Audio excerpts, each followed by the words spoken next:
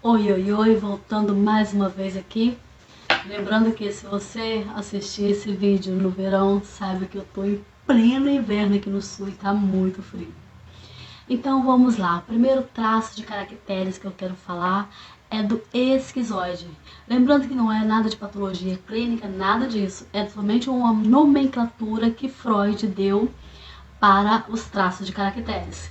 E como que se formou o traço de caractere esquizoide? Ele se formou na gestação, que é onde a capa da mielina ela estava encapada como se fosse um fio, para você poder entender melhor, como se fosse um fio encapadinho, né? Pegar aqui a caneta, ele estava encapado somente a parte da cabeça e o restante do corpo não tinha, ele estava desencapado.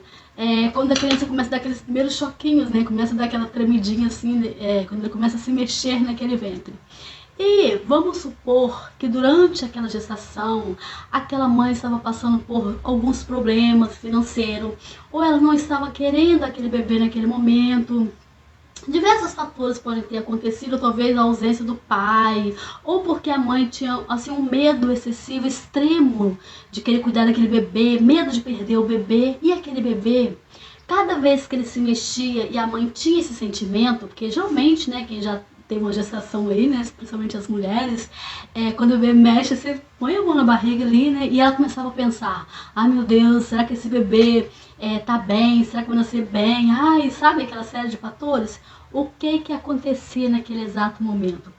O sangue daquela mãe, né, se espalhava para o corpo e o útero ficava frio, recebia menos energia, menos oxigênio, então aquele útero ficava gelado.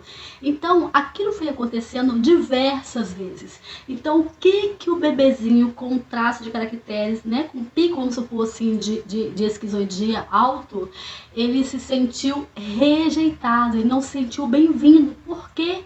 Porque toda vez que ele tentava existir, toda vez que ele se manifestava dentro daquele útero, porque o mundo dele era só aquilo ali, ele não sabia que existia um mundo aqui fora, mas cada vez que ele se mexia no mundo dele, algo acontecia.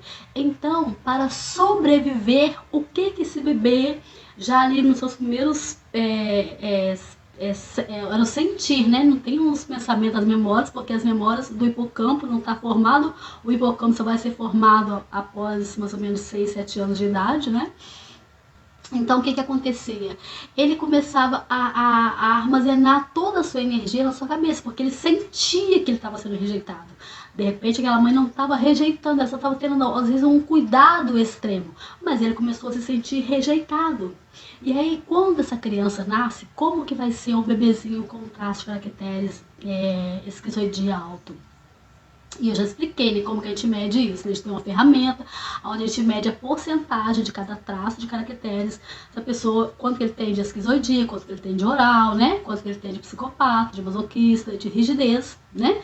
Então, o que que acontece? Que vai ser aquele bebê mais magrinho, aquele bebê que muitas vezes ele vai chorar menos, aquele bebê mais quieto, que gosta de ficar mais no quarto. Já viu alguma criança assim? Ou você foi uma criança assim, que gostava de ficar mais no quarto, no computador, gostava de ficar sozinho, não gosta muito de contato físico. Sabe quando chega aquela visita e o pai fica, ai, vem cá abraçar fulano, vem cumprimentar fulano ciclano. E a criança já vem assim, chorando, assim, mas, ai meu Deus do céu, já vem esse povo, quer me abraçar, parece que ele tem alergia, sabe? Só de chegar perto dele assim. E muitas vezes, por os pais não saberem disso, ou nós pais, né, não sabemos disso, acabamos assim, humilhando aquela criança. Ah, você não chega perto de ninguém, um bicho do mato que se esconde. Eu mesmo já vi criança assim, né, que chegava uma visita, a criança se escondia debaixo da mesa, né, e a mãe falava lá, o bicho do mato já se escondeu. Então é assim a vida do esquizoide. Quando os pais, né, aquelas pessoas que estão cuidando dele, ele não tem esse cuidado e ele vai lá, faz aquele desenho todo fora da caixa, aquele desenho que não tem nada a ver com nada. E ele chega todo feliz e vai mostrar ali pro papai, pra mamãe, ou pro professor, ou pra quem for, né, que estiver cuidando ali daquela criança. E ali a pessoa vai falar assim: nossa, mas você não tem ideia, você não tem imaginação. Mas na verdade o que ele mais tem é imaginação. E se você pensar que é ruim, vou te falar um dos superpoderes. Olha, Steve Hawking, ele era um esquizoide, assim, tinha bastante esquizoidia. Olha como ele era super inteligente. Ele teve até doença degenerativa, mas a mente dele, o cérebro dele funcionou até o final da vida dele. Então ele é um grande exemplo. Fora ele, não só ele, mas muitos gênios. São aquelas pessoas extremamente magras, aquelas pessoas assim que não ligam muito pra comida, sabe? Que não assim, se comer bem, se não comer, qualquer tantinho que comer tá muito bom.